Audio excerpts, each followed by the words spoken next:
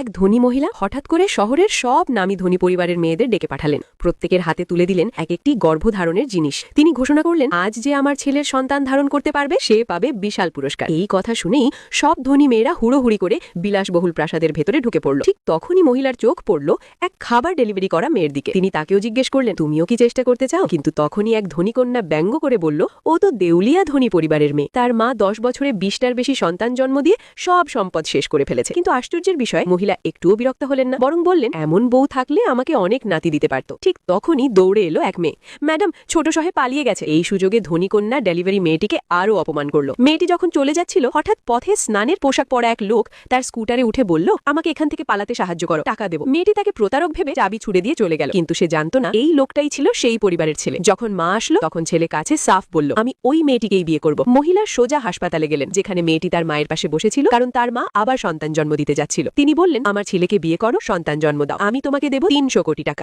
ঋণ শোধের জন্য মেয়েটি চুক্তিতে সই করে ফেলল। আর ঠিক তখনই সে বুঝলো, যাকে সে অপমান করেছিল সেই লোকই তার স্বামী। বিয়ের পর লোকটা অদ্ভুতভাবে লাজুক। উপায় না পেয়ে মেয়েটি মায়ের গোপন ফর্মুলা ব্যবহার করলো। এক জন্মদিনের পার্টিতে মেয়েটা পালাতে যায়, তখনই ছেলেটি তাকে কাছে টেনে নেয়। তাদের রোমাঞ্চকর মুহূর্তে ধনী হিংসুটে মেয়ে উপস্থিত, রাগে মেয়েকে মারতে চায়। তখনই ছেলে হাত ধরে বলে, সে আমার স্ত্রী, আমি তার স্বামী। মেয়েটি স্তব্ধ।